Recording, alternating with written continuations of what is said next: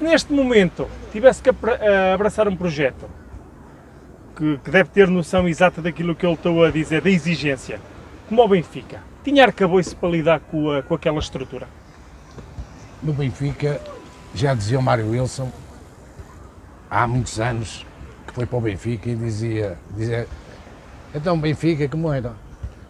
E ele dizia, treinar o Benfica sujeitamos a ser campeões. Qualquer um sujeita a ser campeão. Neste momento, aquilo que eu digo, em relação ao Benfica e Porto, não ao Sporting, porque o Sporting está uns anos atrasado em termos a todos os níveis e por isso está a sofrer as consequências dessa má gestão.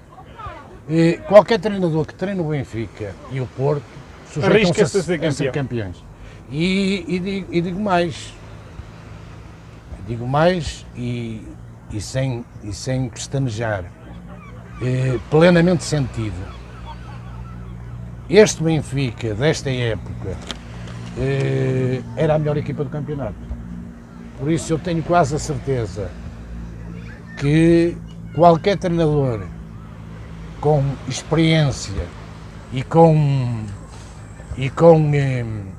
vontade de, sem acusar a pressão. E com conhecimento, não é? E sem acusar a pressão, porque o fundamento, às vezes não é o conhecimento. O problema é a pressão. Era campeão, porque o Benfica, ano passado, o Porto ofereceu o campeonato, o Sérgio Conceição demonstrou uma certa imaturidade, que é bom que as pessoas se lembrem, quando, com uma vantagem de 7 pontos, ofereceu o campeonato ao Benfica. E eu digo, um treinador com estaleca, com 7 pontos de vantagem, nunca pode perder um campeonato. E este ano aconteceu com o Lages, com 7 pontos de vantagem, ofereceu o campeonato ao Sérgio Conceição, ou ao Futebol Clube do Porto neste caso. E eu costumava, as minhas avaliações e nas minhas subidas de divisão, e este exemplo vai ao encontro disto, eu olhava para o lado e via quem era que treinava as equipas que eram as minhas, que lutavam pelos mesmos objetivos do que eu. E em função dos treinadores, eu sabia de antemão se ia subir ou não. Porque eu conhecia, tinha a noção da capacidade do treinador, do meu adversário, mas sabia que havia um fator que é fundamental nos momentos decisivos e críticos. É aguentar a pressão, é ser forte, é ser o líder máximo e arrastar o grupo de trabalho para aquilo que a gente pretende. Outra questão, Mister. E se a gente tiver essa força e essa capacidade e o outro treinador não a tiver, é meio caminho para o sucesso. Sim. A caminhada, aquela cavalgada na Taça de Portugal na temporada 96-97, também teve a ver com essa gestão, claro, teve influência, essa gestão emocional. Acha que uma equipa que, apesar de ser de um escalão inferior, que vai galvanizada e vai defrontar uma equipa de escalões superiores, a pressão está do lado da equipa que está no patamar superior? Naturalmente que sim. Tem a obrigação de vencer à partida, não é? Não pode ser demagogo. Agora, a grande verdade é que são 11 contra 11, não há impossíveis. Exatamente. No futebol tudo é possível. E naquela altura nem era preciso transmitir nada aos meus jogadores. Eu apenas tinha que transmitir através da imprensa, através da faladura, e falei muitas vezes, e houve um treinador que ficou magoado e no fim desse jogo até proibiu os jogadores de trocarem de camisola. Quem é que estamos a falar? Manel Zé. Que não, lamento profundamente que não tivesse arcabouço para aguentar com isso, e neste momento ainda penso muitas vezes nisso. Eu disse abertamente aos órgãos de comunicação social, televisões, rádios, que ia jogar à luz de igual para igual e para ganhar. E para ganhar. E as pessoas ficavam espantadas a olhar para mim. Fui foco de muita polémica. As pessoas pensavam que era demagogia barata, mas pensavam que eu era um demagogo, mas era aquilo que eu sentia. A demagogia não existia. E os jogadores que me conheciam perfeitamente, e aí é que está a questão, que me conheciam perfeitamente, que sabiam aquilo que eu era e aquilo que eu valia, reviam-se naquilo que eu dizia. E por isso chegámos ao Estado da Luz. Ou chegámos ao Estrela da Amadora, que O Zé Gomes, uns não é? dias antes tinha ganho ao Porto, que foi campeão nacional. E jogámos de igual para igual. Não pusemos 11 a defender, nem jogámos atrás da linha da bola, nem no último terço do campo com 11 jogadores. Jogámos de igual para igual, como jogávamos habitualmente no nosso campeonato na terceira divisão nacional. Houve um jogador... E por isso conseguimos competir.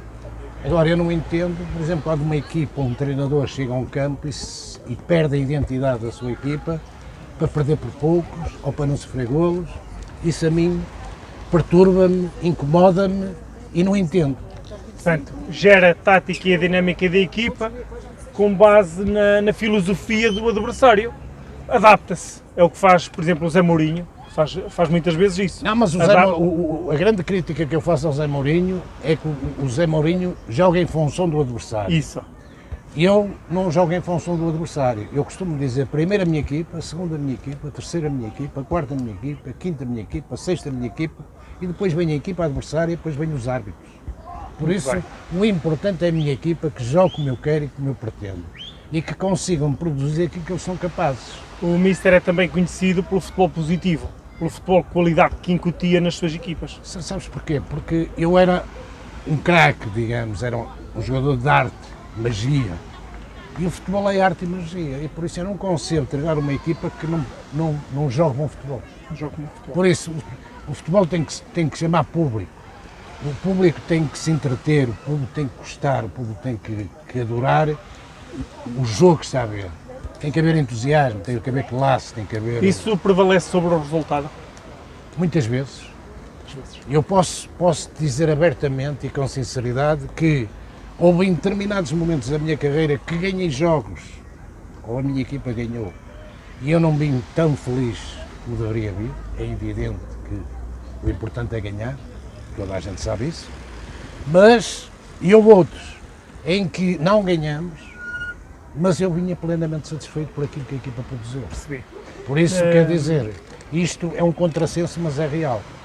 Mister, houve um jogador seu que infelizmente não é imortal, tanto é que já não está entre nós, mas que se imortalizou nessa campanha fantástica que fizeram na Taça de Portugal, que foi um avançado africano, o Landu.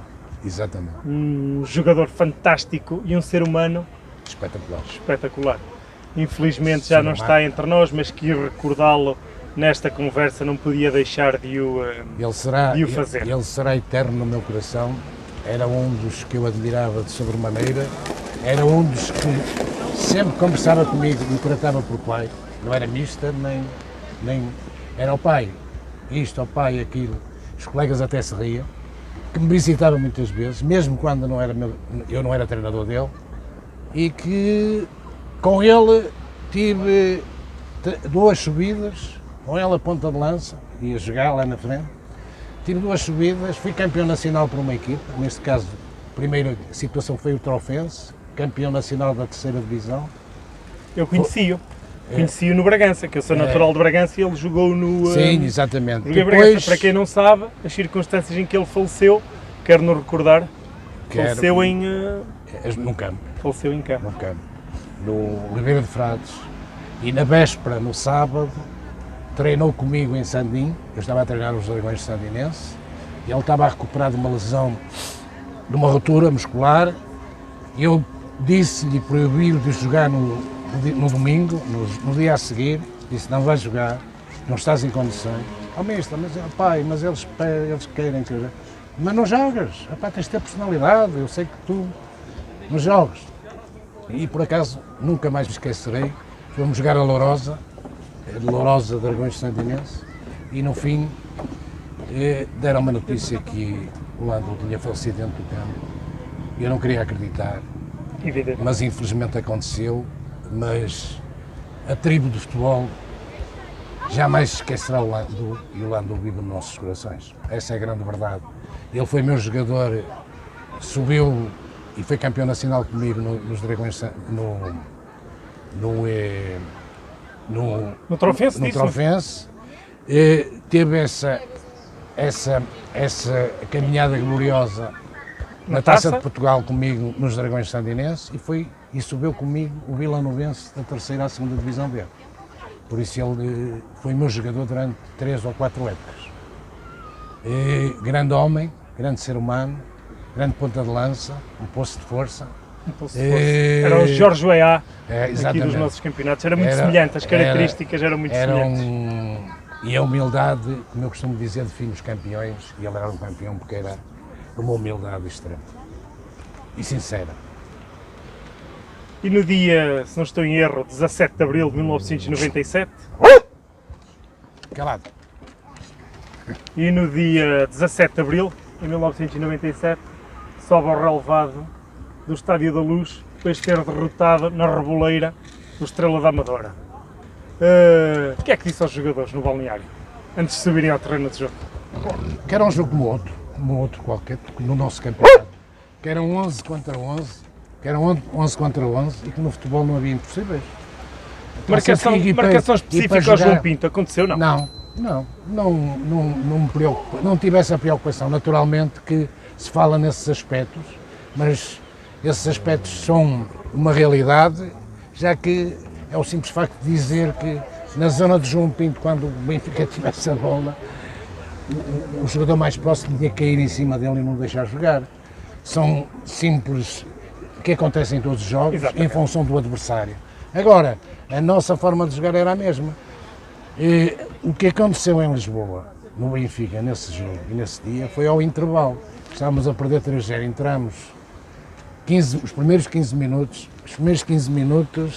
já estávamos a perder 3-0. E a equipa tremia como várias vezes. Dei 2 gritos para dentro do campo. Eles dificilmente escutam, mas... E depois não conseguimos aguentar os 3-0 apenas e só. Se calhar naquela altura podíamos ter sofrido mais golos. Tivemos sorte. Mas ao intervalo... O Landu reduziu a desvantagem? Não, ao intervalo chamei-os a atenção e dei o grito de Ipiranga. Dei o grito de Ipiranga.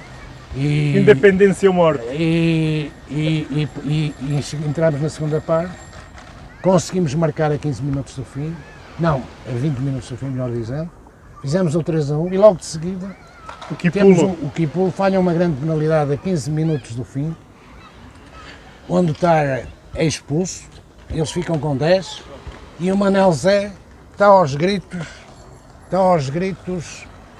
com o João Pinto e o João... Preocupadíssimo, que estava a ver que aquilo ia virar ao contrário. Ia descambar e o Benfica ganhou por 5 na realidade, mas os 2 últimos golos já passava da hora. Mister, é interessante ver que... É espetacular quando nós deixamos a nossa marca naquilo que fazemos. E o Mister tem uma particularidade fascinante. Há muitas frases que rolam no mundo do futebol que têm origem, que foi o senhor que as criou. Por exemplo, refiro-me, muitos treinadores não sabem porque é que a bola pincha, Muitos treinadores não sabem porque é que o campo, existe o círculo do meio campo. Digo isso muitas vezes, Diz isso é muitas verdade. Vezes. São frases características. Eu refiro muito mais, e atenção, havia jogadores, eu não digo de nomeada, que às vezes nós eu na brincadeira com eles, já éramos treinadores, e eu dizia, para que é o círculo no meio campo? E eles não sabiam. E há treinadores neste momento a treinarem os distritais e alguns até a primeira divisão que não sabem porque é que existe a meia-lua. Isso são coisas fundamentais e eu costumo dizer é que os diretores, maior parte, ou quase todos, não sabem porque é que a bola pincha e não sabem quantos lados tem a bola. Esta é que é uma realidade. E o resto é paisagem. Por isso, como é que um dirigente escolhe um treinador se não sabe porque é que a bola pincha? Que não sabe quantos lados tem a bola? Que não sabe para que é o círculo do meio campo. O círculo do meio campo. Por isso, como é que ele tem capacidade para escolher o treinador? Para lançar em treinadores? O futebol português tem que se reorganizar e os presidentes têm que entender que são presidentes é para dirigir. Não é para escolher treinadores nem jogadores, é para dirigir. Nem para vir para a praça pública. Mandar habitantes foleiros. têm que promover o futebol, não se promovendo eles próprios. Até porque E conseguir encontrar pessoas que sejam capazes de dirigir os clubes que eles pretendem. Até porque o Mister alertou-me para uma situação muito curiosa que é, em Portugal toda a gente sabe quem é o presidente do Benfica, do Porto, do Sporting, presidente do Rio Ave e do Braga. Nós vamos para a Inglaterra, para a Alemanha e para a Espanha, os nomes dos presidentes são completamente desconhecidos, ninguém sabe. Ninguém sabe. Eu tive agora uma entrevista em que diziam que me fizeram e depois... Epá, é engraçado que era um rapaz que vivia na Alemanha e era benfiquista. Por coincidência era benfiquista, mas vivia na Alemanha não. Ele dizia, eu vejo o campeonato alemão e eu não sei o nome de nenhum presidente Num clube alemão. do clube alemão. E em Portugal, nós só ouvimos falar dos presidentes. É verdade. E eles é que falam, eles é que dizem, O falam Mister. de futebol, como percebessem muito disto. O Mister, se fosse gestor desportivo do Sporting, tinha dado os 10 milhões pelo Ruben Amorim? Não, Não tinha. não tinha. E há outras coisas que não faria. Se fosse treinador, por exemplo, presidente do Benfica, o Laje nunca seria treinador. Sim, Não também é porque eu, não já é porque tínhamos eu tenho conversado alguma sobre coisa isso e já me tinha dito isso. contra o Laje. Eu penso que um treinador tem que fazer o seu percurso. O seu percurso no futebol. Por exemplo, independentemente de ser bom ou mau, não está aqui a questão do valor, mas, por exemplo, o Sérgio Conceição no Porto fez o percurso dele, treinou O Olhanense, treinou a Académica, Guimarães, não foi? Guimarães, O Braga, foi para o Nantes. E E já tinha o arcabouço de uma carreira futebolística internacional. E depois começou como adjunto na Bélgica, no Standard Liège, exatamente. Antes disso, inclusive, foi diretor desportivo. Onde é que trabalhou? Num clube onde ele acabou a carreira dele, que eu agora não me lembro, lá fora. Depois foi adjunto no coisa. No Liège. E apareceu no Futebol Clube do Porto. Por isso, este percurso, por exemplo, o Laje não o viveu. E tinha que vivê-lo. Como o Mário Wilson, quando foi treinar no Benfica, andou na Académica, andou Claro. em vários clubes e tal, e surgiu no Benfica. Como o Zé Maria Pedroto, que treinou o Porto, isto, portando-nos ao passado, ou até o próprio Manel Zé, que eu há bocado falei, e que é uma pessoa que eu, de certa forma, estou de certa forma incompatibilizado, porque, não só por isso, mas por outras coisas, porque houve uma altura que ele era o líder da classe. Quando se treina o Benfica ou o Sporting, se tem as câmaras todos os dias para se falar, devemos dizer verdades, devemos defender a nossa classe, devemos Quem é que fazer faz sentido. Quem é que faz esse papel neste momento no nosso futebol? Ninguém. O Vítor Oliveira não assumiu um bocadinho as rédeas da situação? O único, para mim, o melhor treinador no nosso campeonato é o Vítor Oliveira, o melhor treinador do nosso campeonato, na primeira divisão nacional. Para mim, na minha modéstia opinião. Não quero que me desvenda, mas já sabe para onde é que ele vai para a próxima temporada? Não sei. Ele ainda não está Não sei. decidido também. Eu até estava um bocado chateado com ele, que ouvi. Chegou-me aos ouvidos que ele que ia passar para diretor desportivo de uma equipa qualquer, mas não sei se isso corresponde ou se não corresponde.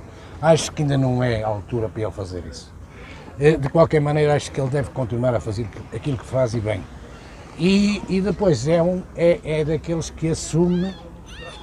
É aqueles que assume e chama a atenção daquilo que está mal no futebol português sem ter medos nem proídos. Exatamente. E depois tem outra que devia ser copiada e que antigamente acontecia, que acontecia com os treinadores.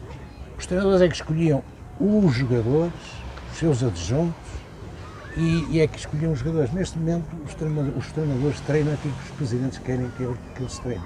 Os presidentes é que vão buscar jogadores, escolhem jogadores, e o treinador é uma mera peça. É um funcionário. É um funcionário. É uma mera peça. E o treinador tem que ser o homem forte do futebol. O homem forte do futebol e que manda em tudo. Manda no posto médico, manda nos campos, nos treinos, em tudo. Olha, por isso, falamos no Manel Zé e o Mister pertence a uma geração de treinadores com um perfil muito semelhante. Refiro-me ao Zé Romão, por exemplo, refiro-me ao Jorge Jesus, ao Vítor Oliveira. O Mister Edmundo nunca recebeu propostas dos países do petróleo? Não, porque a gente só recebe propostas se ligar a um empresário. Esta é a grande realidade do futebol. E eu, infelizmente, nunca fui buscar nenhum jogador através de empresário.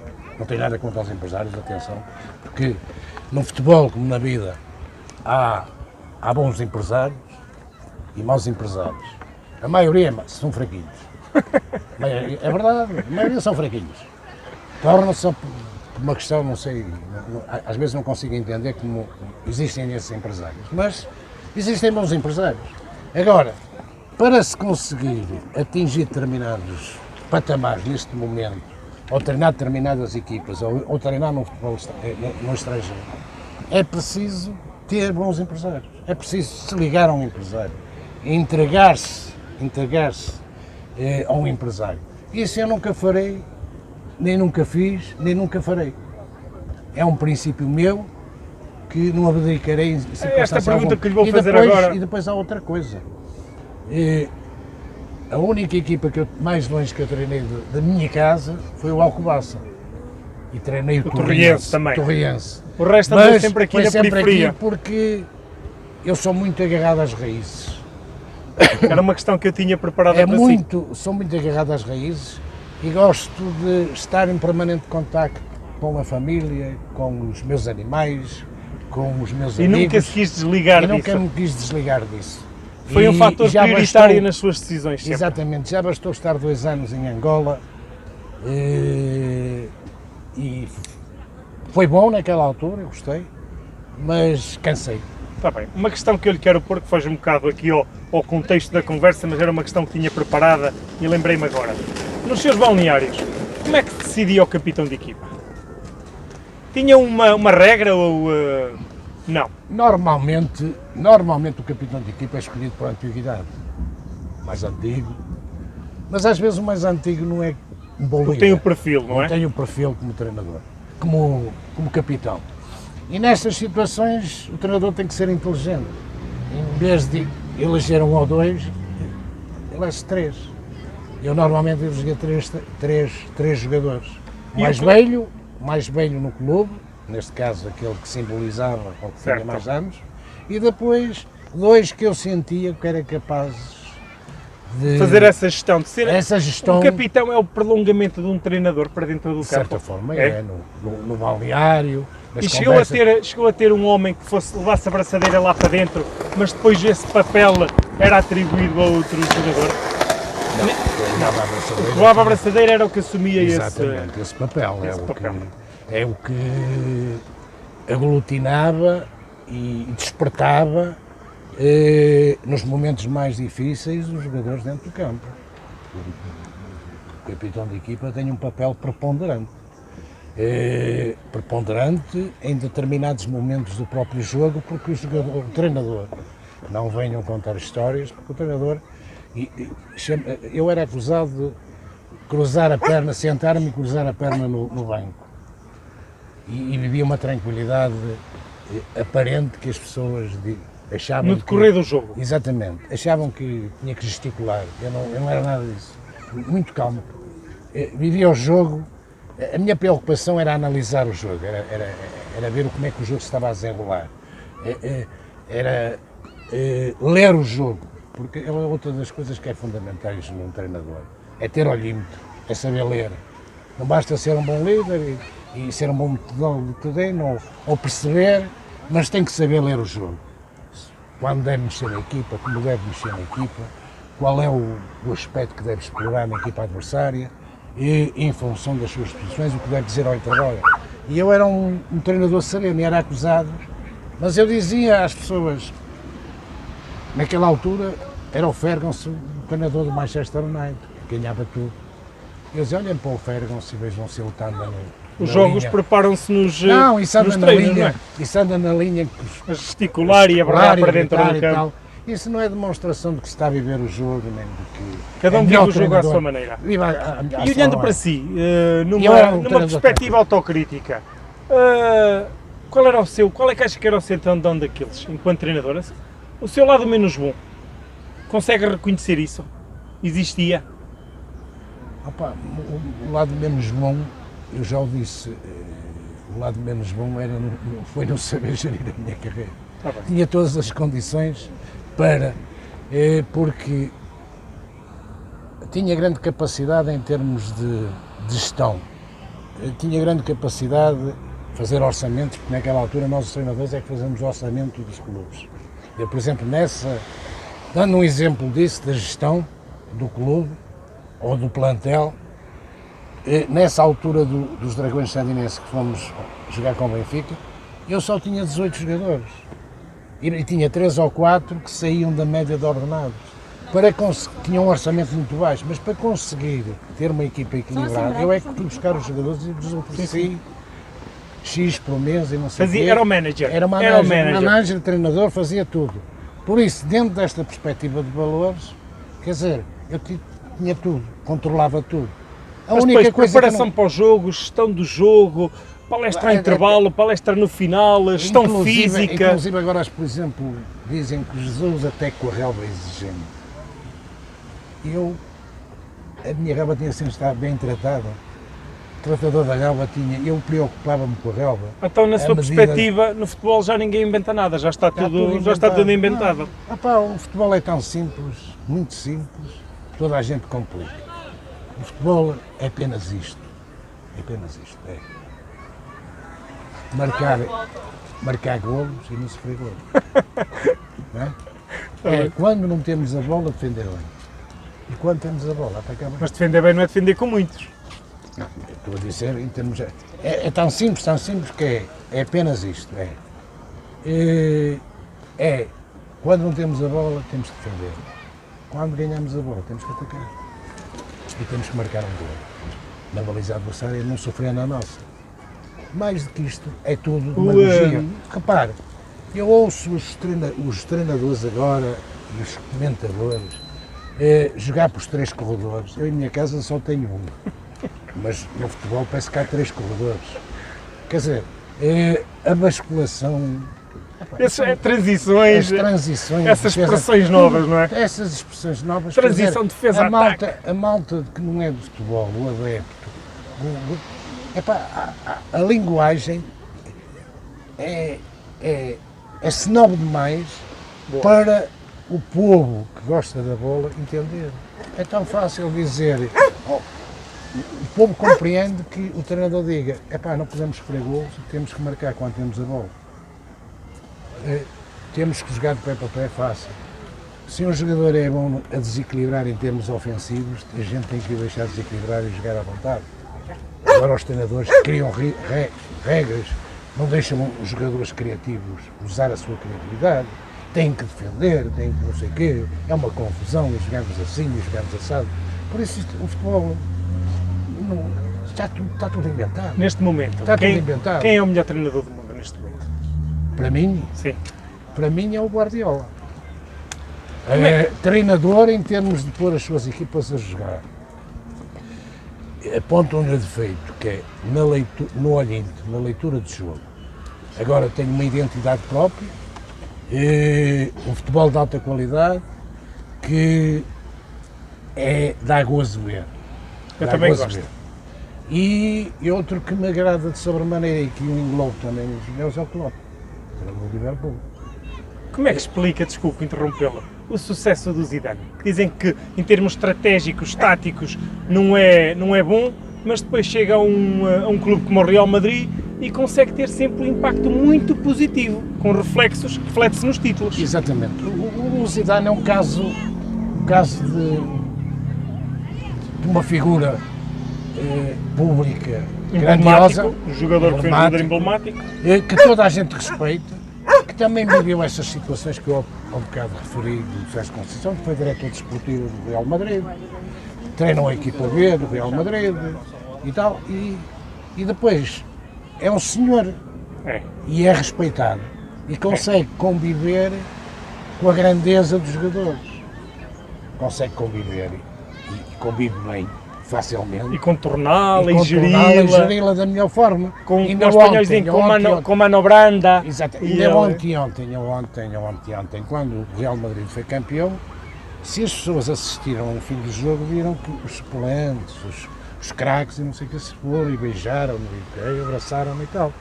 É uma personalidade vincada. Acha que o facto da maioria dos jogadores ainda o ter visto jogar e ter visto a figura de proa que ele foi como futebolista também ajuda? Ajuda, de sobremaneira. Ajuda, não ajuda? Ajuda de sobremaneira. É verdade que para ser um grande treinador não é preciso ter sido um grande jogador.